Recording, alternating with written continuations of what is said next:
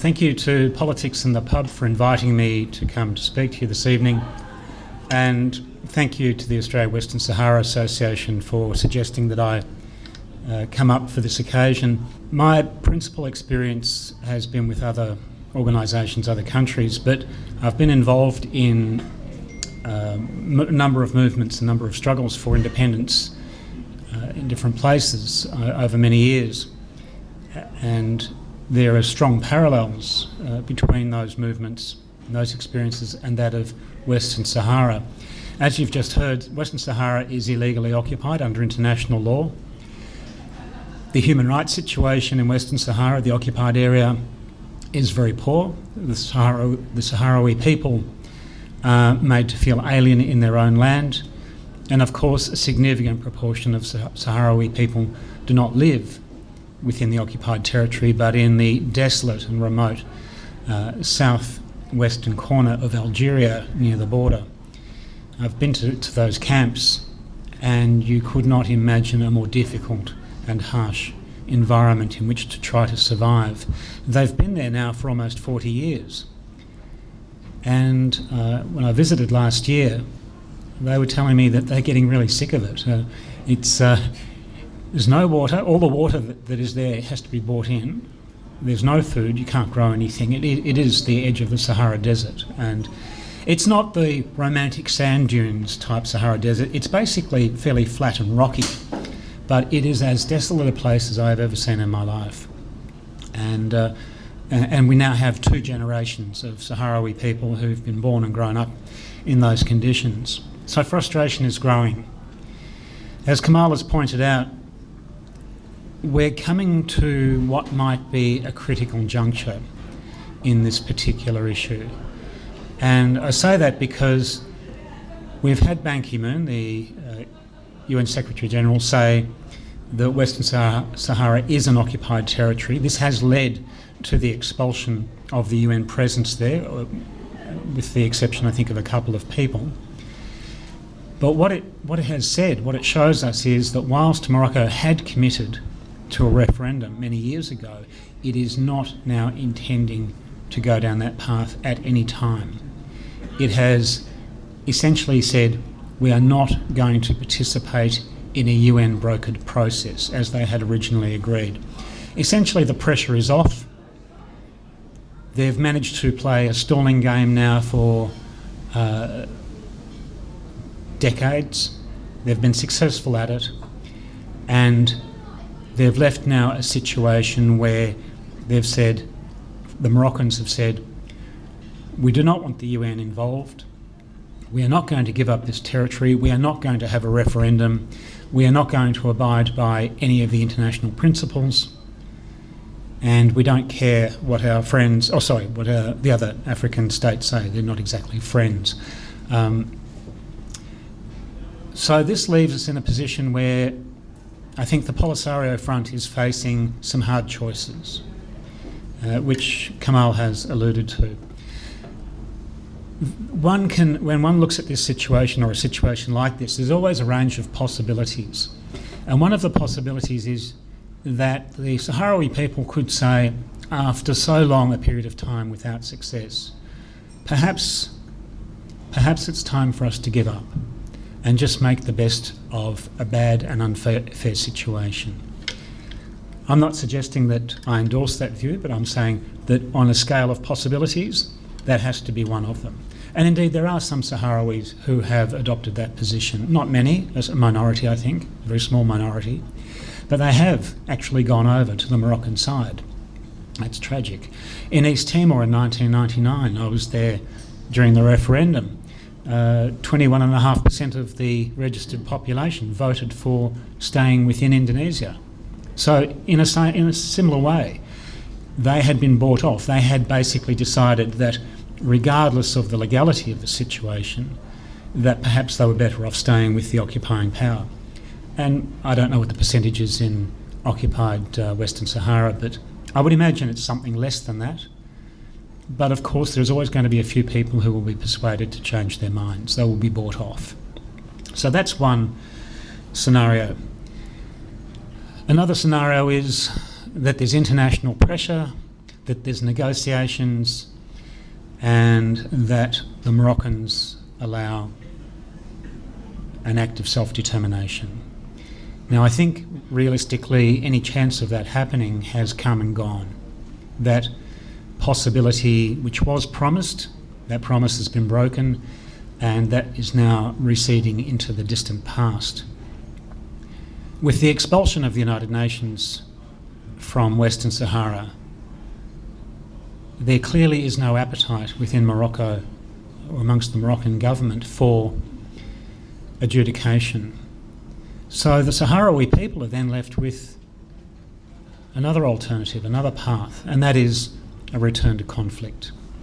To say that the peace has not worked, the ceasefire has not delivered the benefits and the gains that we had been promised, we have not had a referendum, it's time to go back to war. And there is, amongst the Sahrawi and the refugee camps, a strong appetite for going back to war. Again, I would not recommend that either. I've seen war, I've seen it up close and personal, and one who has seen and been involved in those situations could never endorse it. But I understand the frustration of the Sahrawis, particularly the young Sahrawis who've grown up in these desolate, God-forsaken camps, who say, we have no future, we might as well fight and perhaps die. We have nothing to lose. And the political leadership is seriously considering that as an option for the future. I'm saddened, as Sahrawis are, with the passing of President Aziz. He was one of the original generation, one of the elders and one of the wise heads, one of those who could counsel moderation when others wanted action. His passing, I think, starts to indicate that there is a transition underway in the leadership of the Polisario Front. And the transition may be towards a more activist and more militant grouping within the organisation. Now, I can't say that this is absolutely the case, but in my discussions with them last year, they certainly gave that impression. And this was with the leadership. They were certainly saying, we've had enough, that it is now time to act. Now, the question is, when is it time to act? At what point do you choose? And why should you do it? Well, one reason is there have been very few successful movements for independence or for liberation in the period after the great process of decolonisation. Essentially, the period of decolonisation finished largely by the early 1970s, and the occupation of Western Sahara and the occupation of East Timor subsequent to that were illustrations of a failure of the decolonisation process to be adequately implemented. People say, well, East Timor got independence, why can't Western Sahara? Surely they were invaded at the same time, they were in the process of establishing an independent, certainly an independence movement, and probably moving towards an independent government. They have a clearly defined territory, they have a national identity, that they are a colonised people.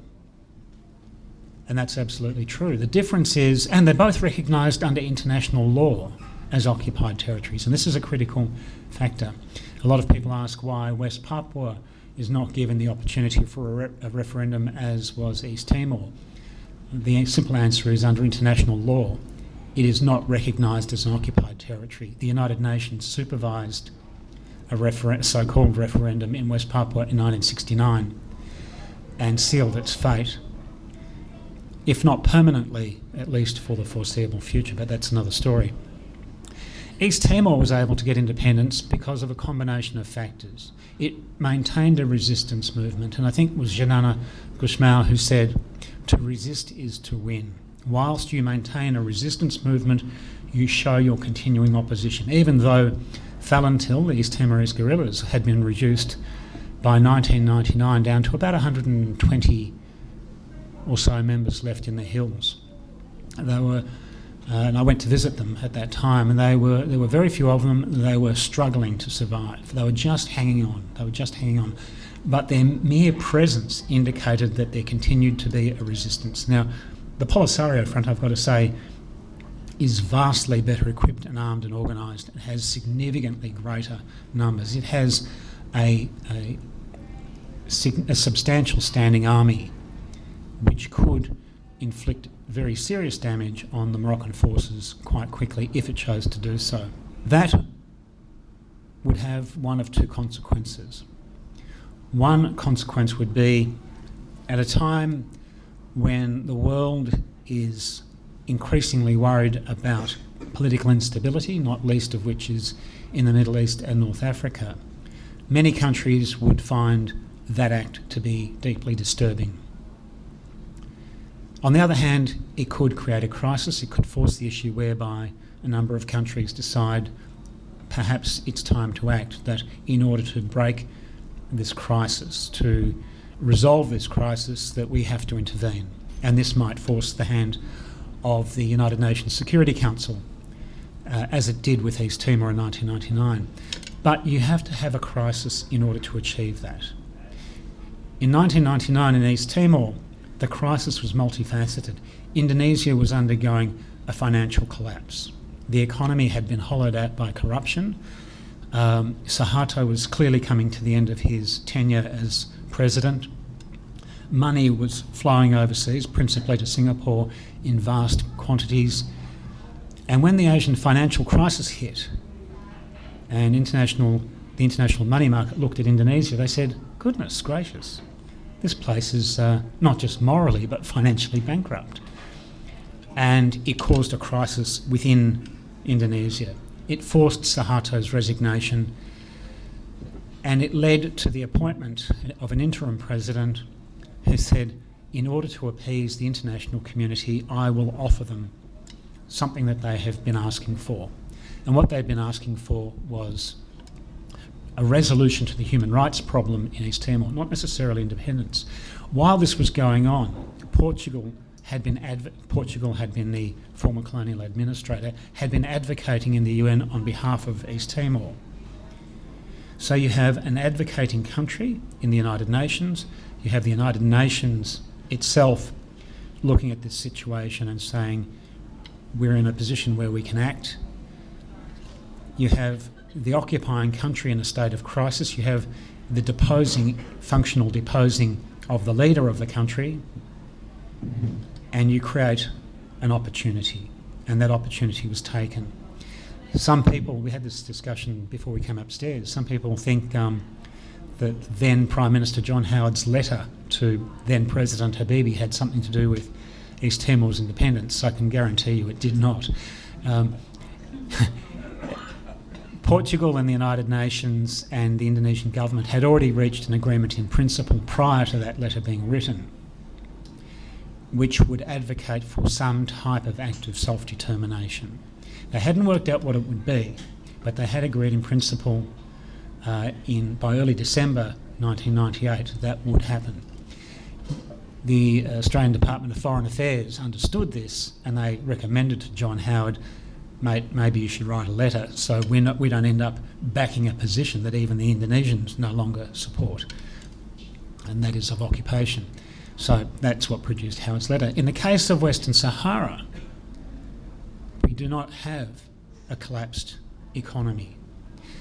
We do not have a political leader who is on his last legs. And indeed, the nature of the leadership in Morocco is that as a monarchy, that even should the king die or resign, he will be succeeded.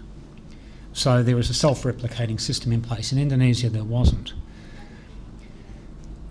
And the environment, the global environment has changed, and we need to be cognizant of that. France very strongly supports Morocco. France is one of the permanent five on the United Nations Security Council, and should the matter go to the United Nations Security Council, France would be very likely to veto UN Security Council intervention, or at least the mandating of an intervention. The United States is also a permanent member of the UNSC, and it too would be very unlikely to endorse a mandated intervention in Western Sahara because of its own concerns with regional instability. Morocco is, for France and for the United States, an island, what they believe to be an island of stability. It's an enforced stability, it's a repressive stability.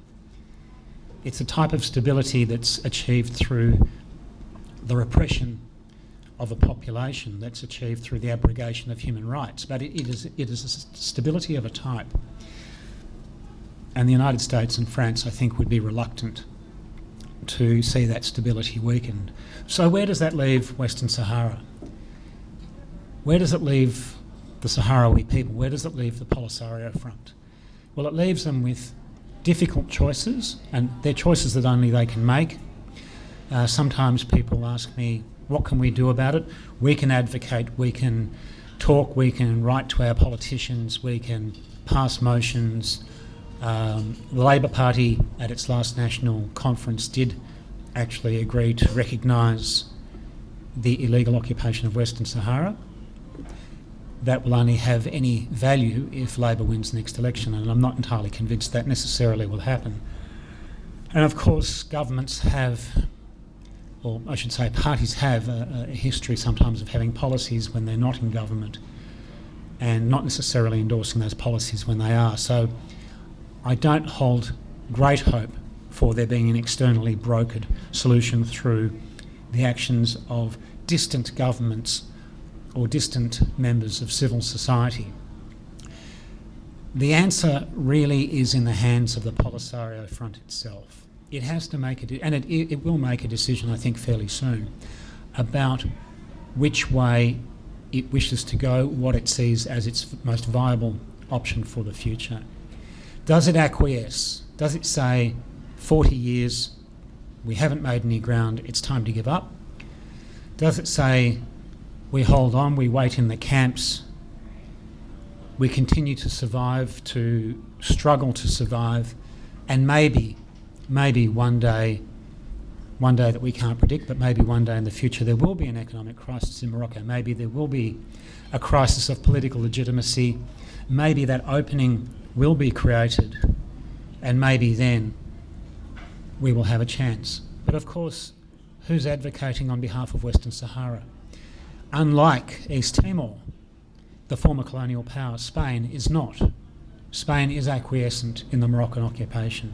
So that's a major problem for the Polisario Front to overcome. They do not have an advocating country. The final problem is, even if they choose the hard option, even if they choose to go back to war, the Polisario Front is physically located within the territory of Algeria. Now, Algeria and Morocco have had what they called the Sand War decades ago. They resolved that. Algeria was essentially successful. They demarcated a boundary.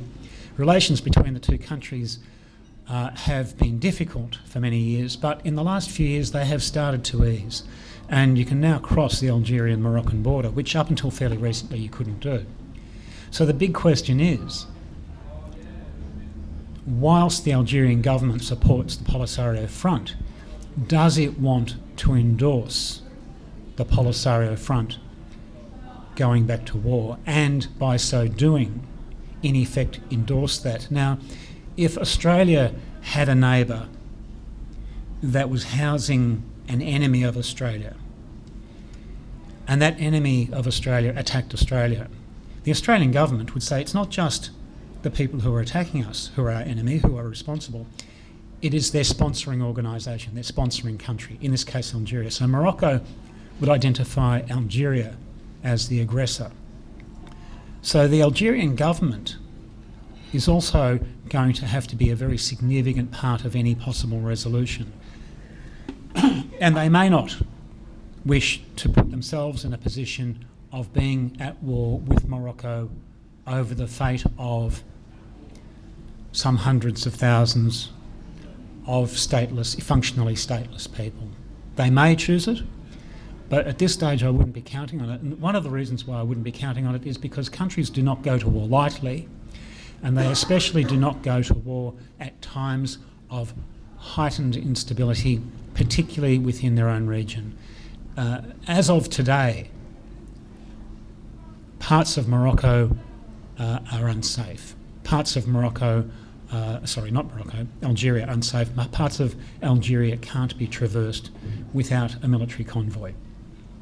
The northeastern coastline has Islamist jihadi guerrilla groups operating. There are Islamist jihadi groups operating in the southern areas, Al-Qaeda in the Maghreb, so-called. The last thing the Algerian government, I think, wants now is to open up a conflict with its neighbouring country on another front. Moreover, a country which will probably receive the support of key European powers and the United States. So the Polisario Front's caught in a very difficult situation. Even if it decides that it is going to go to war, it may be told that the timing is not right, that the timing may have to wait. So when are we going to see a resolution to instability in Northern Africa and the Middle East? When are we going to see an end to radical Islamist jihadi groups operating in those countries? My guess is that's probably decades away. So it may well be that even if the Algerian government says to the Polisario Front, yes, we endorse you, we support you, and we agree that the only way of breaking this deadlock is to go back to military action, but you have to wait until everything else is settled. And that could be another generation away. So there are no easy answers. I told somebody earlier on this evening that they would not necessarily go away from this talk with a smile on their face. They wouldn't think, aha, we have the answer. There are certainly no easy answers. I'm not sure that there are any answers at all. The legal answer is for all parties to recognise international law, but we all know that international law is only ever recognised so far as there is the capacity to enforce it. And in the case of Western Sahara, that at the moment does not appear to be the case. So I guess what I leave you with is an unanswered question, one that on one hand is becoming more desperate and more difficult for Sahrawi people, where some young Sahrawis might take matters into their own hands, and I've certainly spoken to some who said that that was their intentions, where the Polisario Front feels a push from its own people to act regardless, that they have nothing to lose, but where they may, if not lose the backing of their host country, at least create a very difficult and unstable larger environment, which would not necessarily be well viewed by the rest of the international community. So what should happen is that the United Nations Secretary-General should go to the Security Council and say we need a final resolution on this, and there should be an act in accordance with international law, in accordance with all of the findings that have occurred under international law, for a referendum for the Sahrawi people. Do I think that's going to happen? Well, sadly, not in the foreseeable future. Thank you. Thank you, Kamal and Damien.